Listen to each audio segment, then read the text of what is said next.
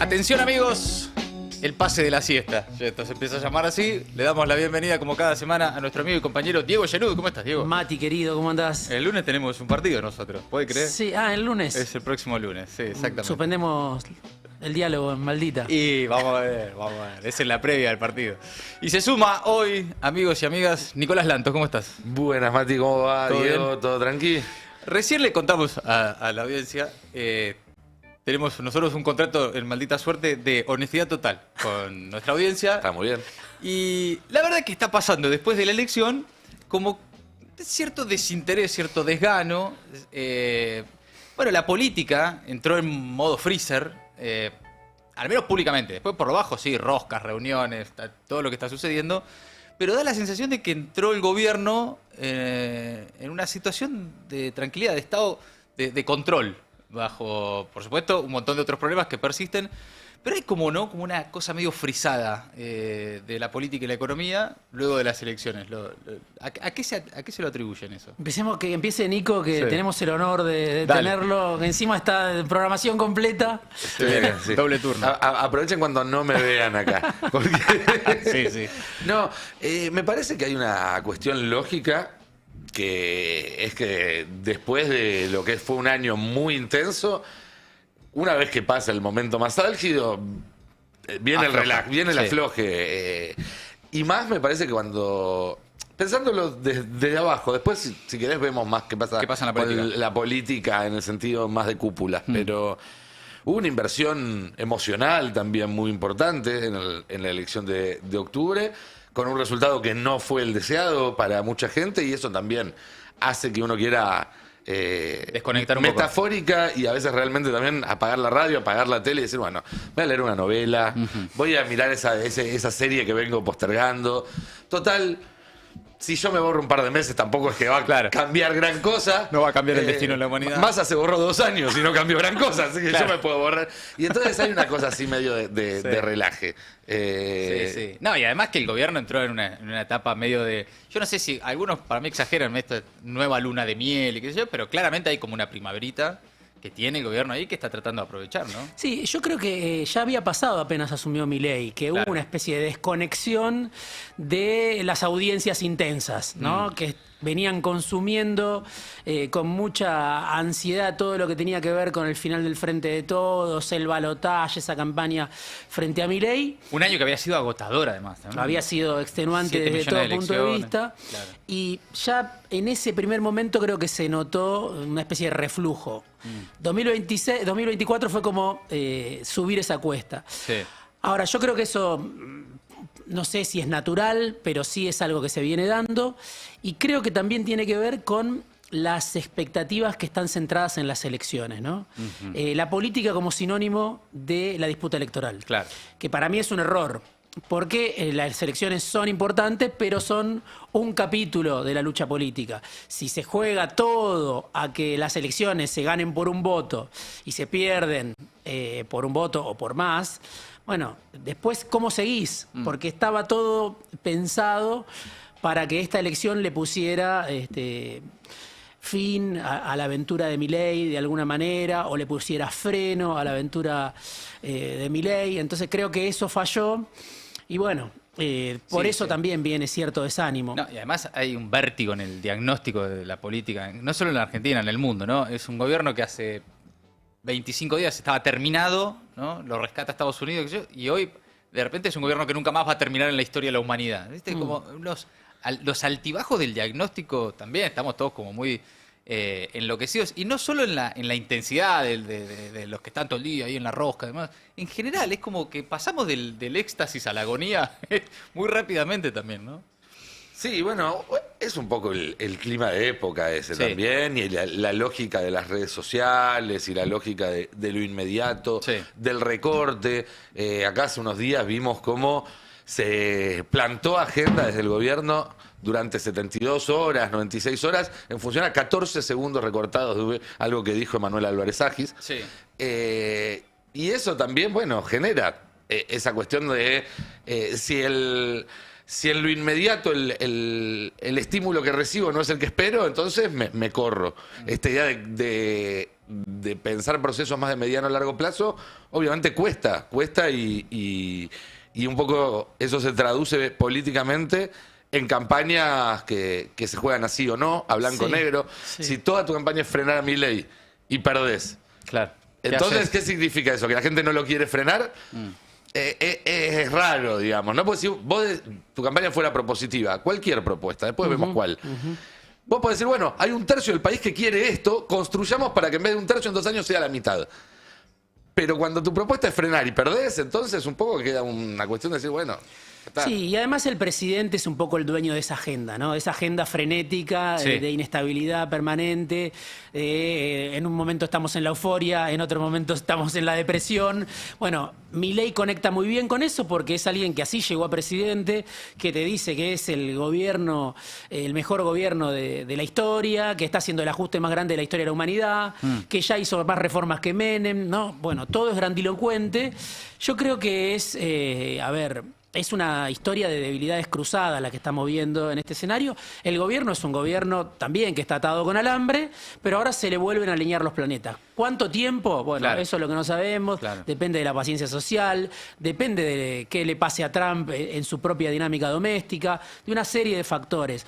Pero yo lo sigo viendo al gobierno de Milei como un gobierno débil, que ahora está Con los mismos empoderado. problemas, por lo menos. Los Sí. problemas estructurales que tenía hasta la elección están Sí, ahí. y que no tiene idea qué hacer con la Argentina tampoco, ¿no? Ajá. Milei dice ahora, tampoco voy a acumular reservas, quiero que el dólar baje un poco más, voy a volver a los mercados, que es el plan Caputo, ¿no? O sea, me voy a volver a endeudar porque el riesgo país va a bajar. O sea, no se habla de producción, no se habla de trabajo, lo único que importa es que funcione el humor de los fondos de inversión y bueno, y que nos llevemos bien con Trump. Me parece que ese es el esquema. El proyecto para la Argentina, creo que a esta altura del partido sí está claro, es ser un apéndice de Estados Unidos. En términos ya no solo diplomáticos, ya no solo de transferencia de recursos, sino que básicamente ahora manejan la economía.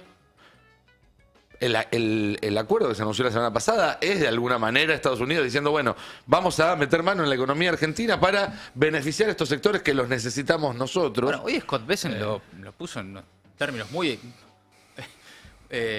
explícitos. Son como nuestros padres. Claro. Bueno, Somos como sus padres, lo estamos llevando a firmar un préstamo yo al había, banco.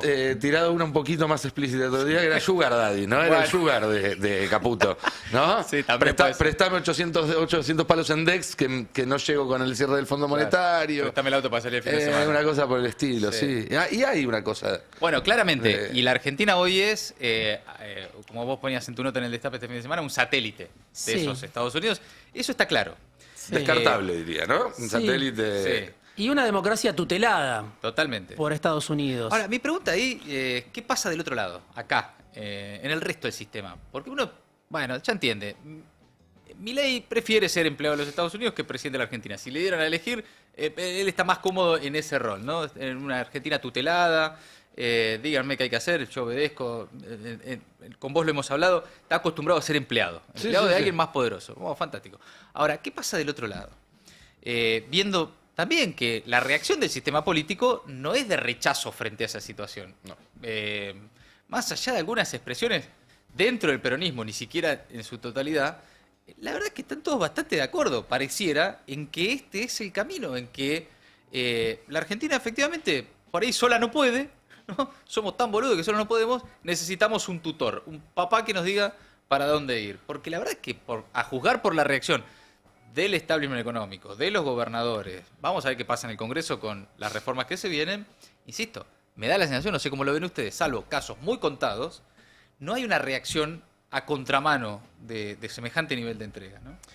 A ver, creo que esos actores de los que están mencionando están sobre representados en la Argentina, ¿no? Obviamente que cada vez que hablan, todos tenemos que prestarle atención, estemos o no de acuerdo con ellos, y bueno, son muchas veces los dueños de casi todas las cosas, ¿no? Sí. De los medios de comunicación, sus opiniones se escuchan más, entonces es lógico. Hoy esas opiniones, claro, parece que están solas en la cancha, no hay parece no haber, y ahí sí está el déficit de pensar, un poco lo que decía Nico, propuestas para ir pensando una Argentina distinta.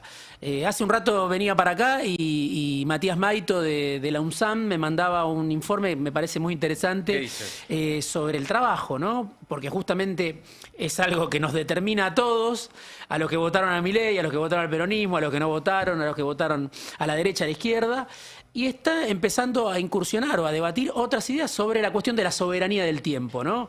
Que es una categoría que está presente en la UIT y que de alguna manera trata de eludir la postura defensiva. Un gobierno que te quiere arrinconar, que quiere legalizar la precariedad de facto, con una reforma laboral antiobrera o antisindical, bueno, también tratar de entender o de pensar si no hay hoy trabajadores que están diciendo quiero manejar mis tiempos, como tanto lo venimos escuchando. Bueno, pensar cómo sería algo no en beneficio del poder económico de los empleadores, sino sentarse con esos trabajadores, pensar cómo sería esa soberanía del tiempo, manejar los tiempos sin por eso perder derecho o vivir a la intemperie. Yo creo que empieza a haber.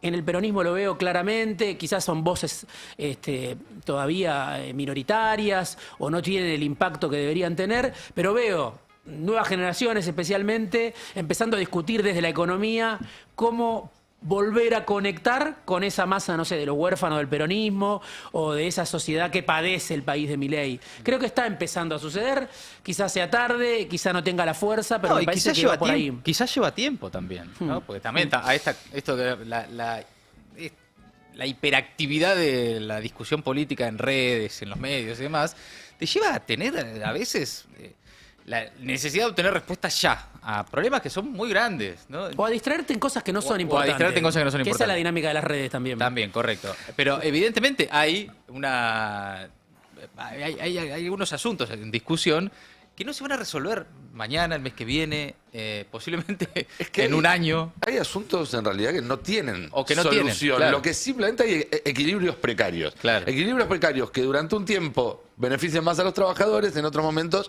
benefician más a la patronal.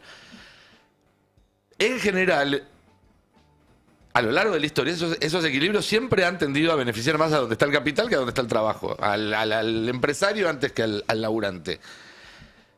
Y solamente con la acción decidida de regulaciones, de normas, de sindicatos, es que se puede emparejar un poco la cancha.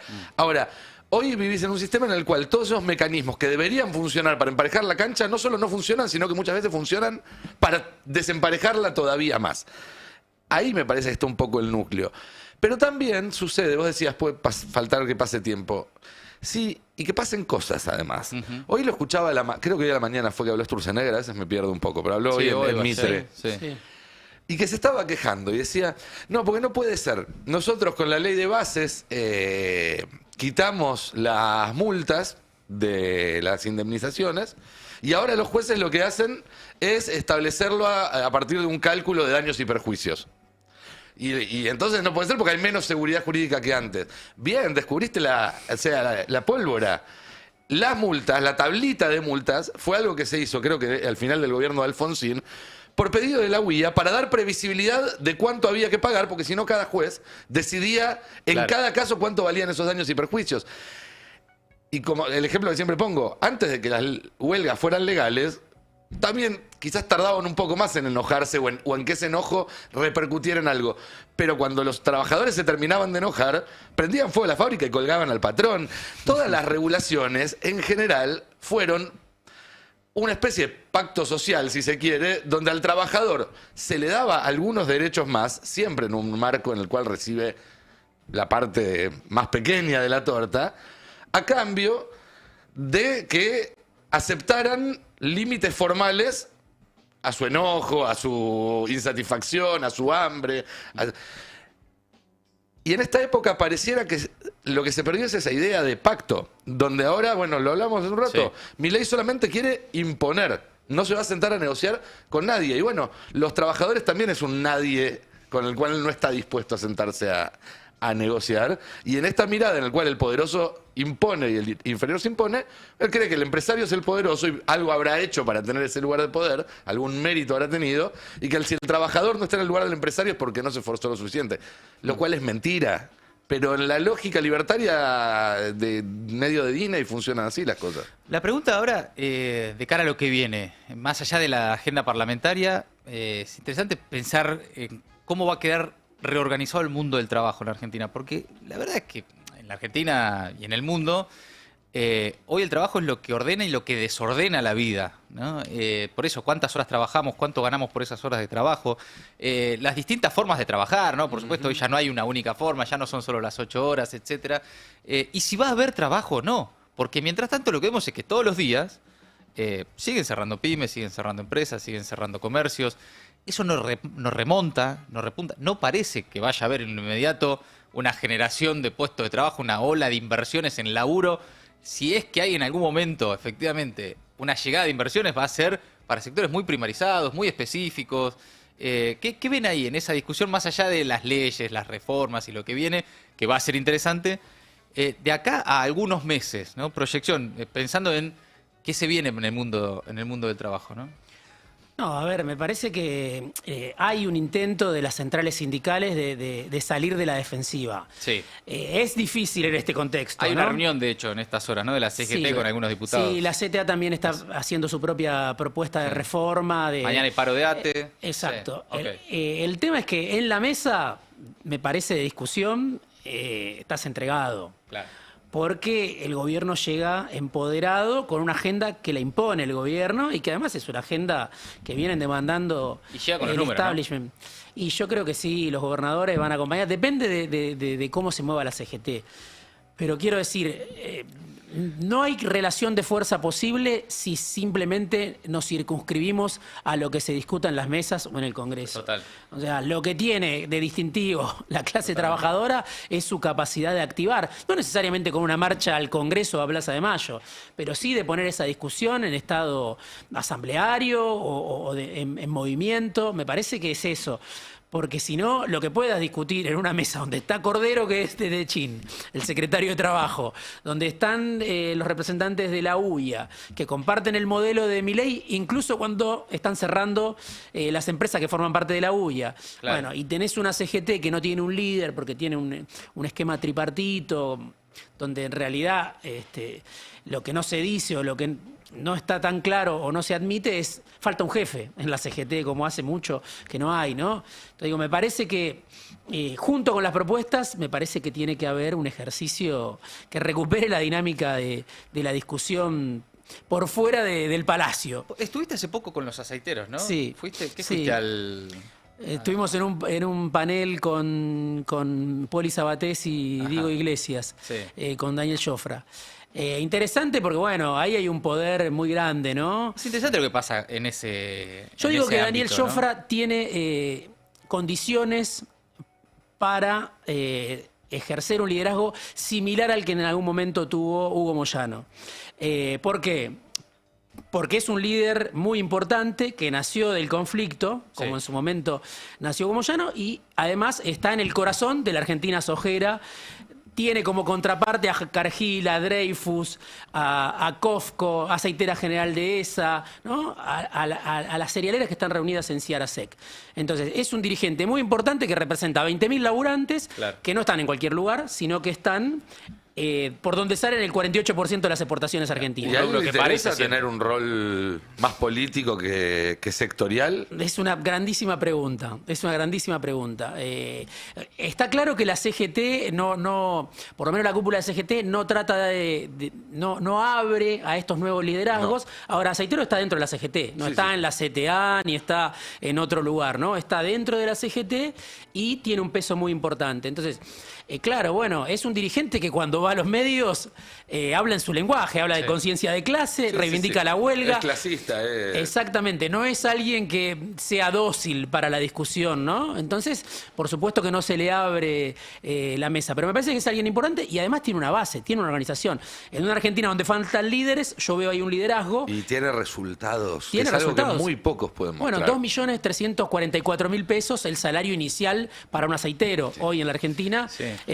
Bueno, ahí hay un ejemplo, porque por lo general cuando se habla de las paritarias de los aceiteros, la interpretación es, y bueno, no, pasa que el sector puede pagarlo. No, él mismo cuenta su trayectoria personal. Él era trabajador de Dreyfus, pobre, en los 90. Exactamente. En el mismo sector, que no tenía antes peores ganancias que ahora, ¿no? Exactamente. Sin embargo, en el medio, ¿qué pasó? Para ser trabajador de Dreyfus pobre a que el mínimo de un peón en el sector sea de 2 palos 300. Bueno, la lucha sindical.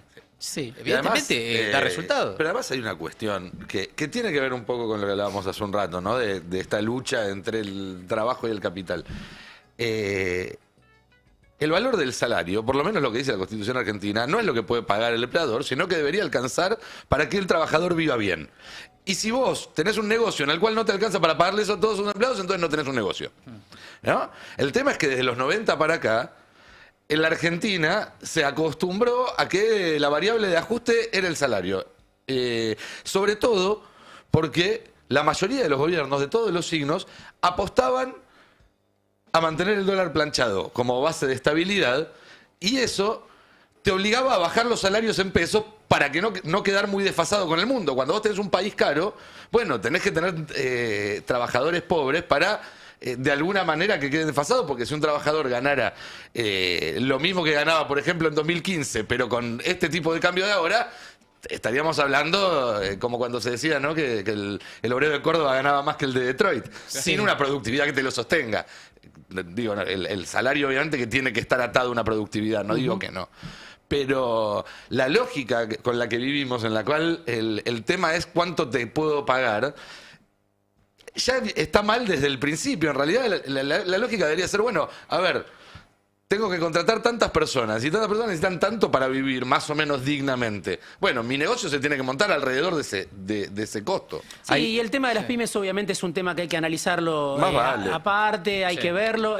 Jofra dice, nosotros ganamos el mismo salario también en algunas pymes del sector. Entonces, pero, ¿qué es lo que me parece interesante para sacarlo del caso aceiteros? Sí. Y un poco Nico lo mencionaba. La ley de contrato de trabajo, la Constitución Nacional en su artículo 14 bis, claro, dice lo que recién decía Nico. El nivel de vida que tiene que tener un laburante en la Argentina está dado por sus necesidades.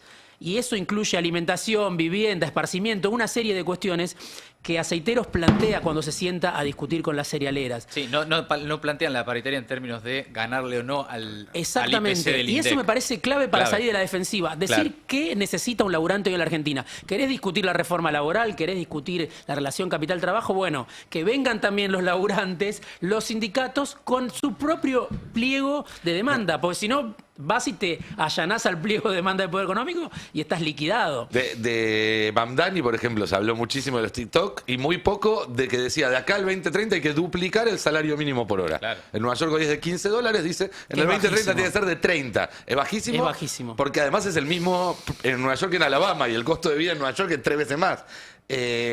Pero parte de la campaña fue, hay que en 5 años duplicar el salario mínimo. Y así, digo, nadie dice que alguien va a llegar, revolución productiva y salariazo, como decía el Carlos.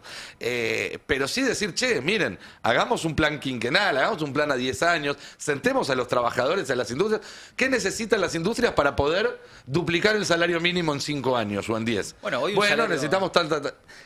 Hoy Y el eso. salario mínimo está en un cuarto, ¿no? Entre un cuarto y un tercio, pero se necesitan entre 3 y 4 salarios mínimos para llegar a la línea de pobreza, solo en Sí, términos sí. de ingresos, sin contar el resto de la Eso carga. es algo que, bueno... Es insostenible en el Empezó a tiempo. pasar a partir de 2015. Sí. Durante el gobierno de Macri se fue a pique el salario mínimo. Durante el Frente de Todos no También, se sí, recuperó. Las centrales sindicales, salvo creo la CTA autónoma, prácticamente no objetaron ese nivel de sueldos de inanición en la Sí. mesa de discusión. Y ahora obviamente Milei empeoró todo todavía más.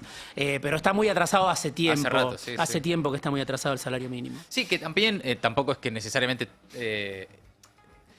haya trabajadores hoy en la Argentina que se rigen directamente. Pero Néstor Kirchner Pero- lo utilizó como Total. clave de su Totalmente. apogeo, digamos, del momento de auge del primer kirchnerismo, cuando se crearon 5 millones de puestos de trabajo, el salario mínimo vital y móvil iba adelante y además había doble indemnización, ¿no? Claro, sí, claro. Y en ese contexto se creó empleo. Entonces, toda la Con las mismas regulación... leyes. Sí, con leyes que hoy obviamente Milei no quiere ni escuchar, pero fue así. Crecieron los puestos de trabajo, creció el salario y hubo doble indemnización al mismo tiempo, en un contexto particular, ¿no? Que hoy es distinto. Pero esta idea de que hay que entregar todos los derechos para que la Argentina salga adelante, No cuando ya tenés una reforma de facto laboral de hace tiempo, Claro. me parece que lo que le falta a los sindicatos, y en eso incluyo a todos, es poder sumar en su mesa paritaria la realidad de los precarios. Hasta que un laburante no se sienta representado, hablado, interpelado, un laburante precario por el sindicalismo, me parece que va a haber esta división, se va a profundizar y no le sirve a la CGT. La CGT quizá piensa que porque defiende a los trabajadores sindicalizados, algún gremio puede tener un buen resultado y quedar al margen Claro. de esta debacle. Pero me parece que no le sirve tener 9 millones de trabajadores en la informalidad a la CGT. Salió muy rápidamente el gobierno, Adorni primero y Milei el fin de semana, a negar que haya algún tipo de modificación en el monotributo, de eliminación del monotributo y demás, más allá de que lo tienen más o menos acordado con el Fondo Monetario Internacional. Hay que ver si se animan o no, ¿no? Porque que está en discusión está. Por más que lo nieguen, por más que digan que no, lo charla Caputo con los empresarios, Sí. es parte de la conversación, hasta dónde ir o hasta dónde no, si se animan o no, ¿no? En definitiva, pero está en carpeta la posibilidad de modificar un esquema de esos, ¿no? A mí, hasta que alguien no me explique cómo hace el Estado Nacional para seguir funcionando al día siguiente que elimina el monotributo, yo no voy a creer que puedan ir a fondo, porque hoy el Estado argentino funciona a base de monotributistas. Y son monotributistas que, si vos le decís pasar de autónomo, al día siguiente tenés No, son 5 desastres. palos de juicio laborales todos juntos, uno atrás del otro. Despelote. Y la gente se queda en la casa y se te cayó, se rompe todo. Entonces, es raro. Y además... O sea, vos decís, es- ni aunque quisieran A mí me cumplir parece con lo que acordaron con el fondo, a ver, podrían avanzar. Hoy Sturzenegger dijo que hay un plan, que en algo están trabajando, que él no Sí. quería dar detalles porque lo estaba trabajando Caputo, se odian, no que se tiraron ahí con... Claro. Claramente yo creo que van a intentar subir el monotributo de alguna manera, tratar de que la carga impositiva del monotributo se acerque un poco más a la de un autónomo o a la de un trabajador en relación de... O sea, necesita de recaudar dependencia. más. Yo no creo que puedan unificar regímenes, salvo que pasen a todos a monotributo, digamos, ¿no? Pero me parece que deshacer el monotributo hoy en día... además hay hay un montón gente de que tiene mucha más imaginación que yo, ojo, para el mal. Pero, Claro. pero a mí me parece que sería muy difícil de implementar sin tener un gran problema ya diría, ni siquiera de cadena de pagos, de cadena de empleos, ¿no? Sí. Sí, porque además es el peor momento, ¿no? En un momento de recesión, segunda recesión libertaria, Claro. No donde es que- no crece el Claro, empleo, No es que estás generando puestos de donde trabajo. todos los días vemos gente que pierde el empleo registrado Claro. y va al monotributo, porque el único empleo que se crea bajo mi ley es empleo precario, Precario, sí. bajo la forma de monotributo. Bueno, la verdad que no lo veo yo tampoco, pero bueno, el gobierno no elige el mejor momento para esta reforma laboral. Si vos estás en un momento de crecimiento con salarios en alza, se puede discutir. Ahora, esto parece más completar la venganza de clase, ¿no? La reforma laboral, que realmente tratar de modernizar. Es que De hecho, parece ya incluir- salieron varios Sí. empresarios, economistas, a decir esto no va a generar más laburo. Bueno, es que parece más que nada una avanzada, no pensando en el esquema económico, sino en el momento político. De algunos sí. sectores que quieren consolidar esa hora, dicen, mira, hay que aprovechar esa hora para el día que esto lo necesitemos, que esté aprobado, en definitiva, que es lo que vos venís diciendo también, que es institucionalizar la precariedad del empleo en la Argentina.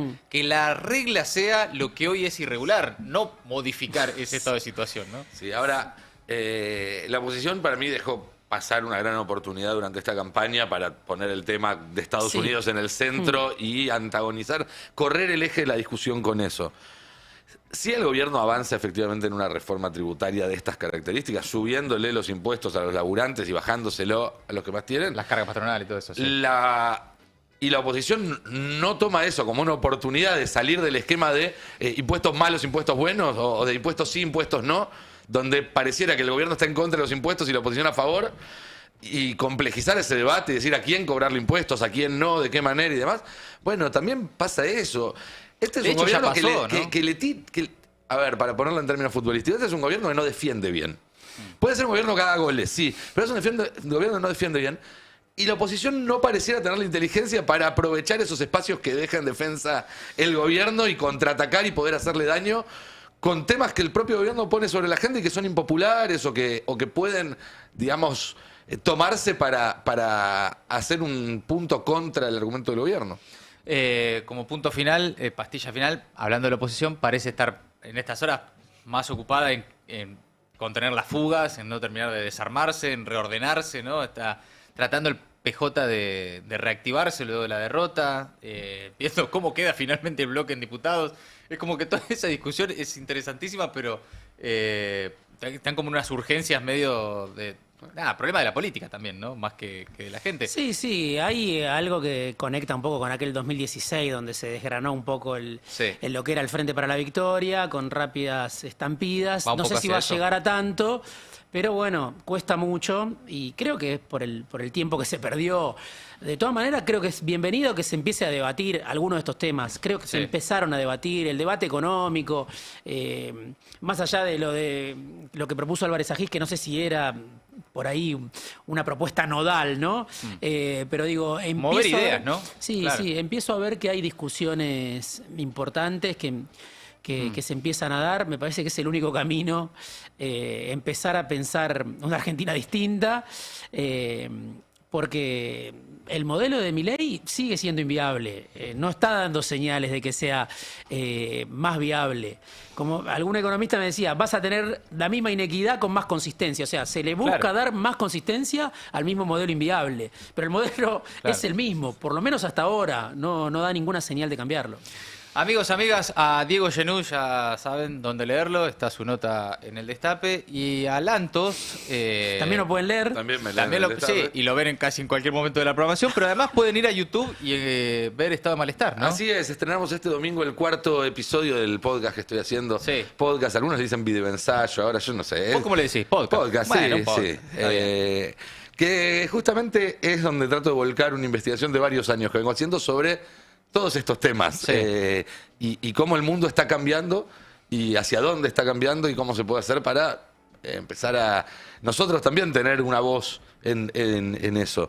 Y bueno, los invito a todos a verlo, a escucharlo. En el canal de YouTube de Destape. Está en el canal de YouTube de Destape, pueden encontrarlo, si no, como Nicolás Lanto, Estado de Malestar. El último del domingo es sobre... La desigualdad. Ajá. Hoy vivimos en una época que quizás sea la de mayor desigualdad de la historia, más que antes de la caída del Imperio Romano, más que antes de la Primera Guerra Mundial.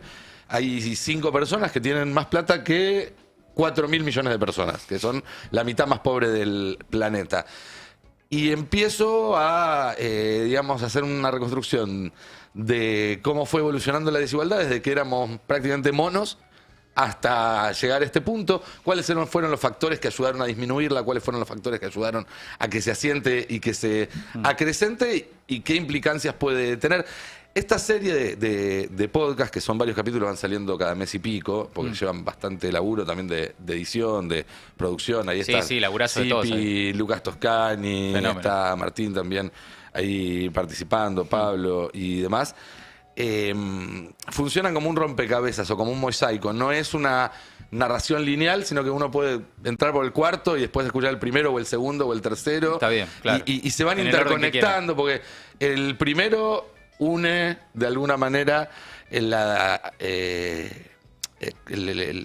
caída de la democracia con el aumento de la influencia del dinero en la política y la ultraderecha como el vector que une esas dos cuestiones. En el segundo hablo del deterioro de la clase media, a partir de Thatcher, Reagan y demás. Y todo eso se va encajando. En el tercero hablo de cómo están los trabajadores y las luchas de los trabajadores a lo largo de la historia también, que han servido para ganar esto que hablábamos, ¿no? Horas libres, para no tener que laburar de sol a sol, una casita donde vivir, un futuro donde estés tranquilo que vas a tener donde caerte muerto. Tampoco pide uno, ni eso. Y cómo eso, del otro lado, le contraponen un sistema absolutamente deshumanizante. Bueno, acá la desigualdad, en el próximo capítulo me voy a meter con algunas definiciones de tecnofeudalismo, que es un tema que está muy de moda ahora y que yo voy a tratar de entrarle por otro lado. Después hablaré de... Son como 14 además. Tenés para Tengo rato. 14 en la cabeza y mi idea es terminarlos Bien. el año que viene, porque se pone más, a medida que va avanzando, deja el pasado y empieza a proyectarse hacia el futuro. Se pone medio de ciencia ficción el asunto. bien. Y la verdad es que está súper interesante, así que los invito a todos a que lo vean. Bueno, amigos, gracias por haber venido esta tarde a Maldita Suerte, a lo que hemos dado en llamar el pase de la siesta, porque sí, porque hay pases a la mañana, hay pases a la tarde y metemos un pase a la siesta ¿Me también. puedo ir a dormir la siesta entonces? Diego Genud, Nico Lantos, en Maldita Suerte, gracias, amigos. Gracias, Mati. Gracias, Mati. La noticia no espera.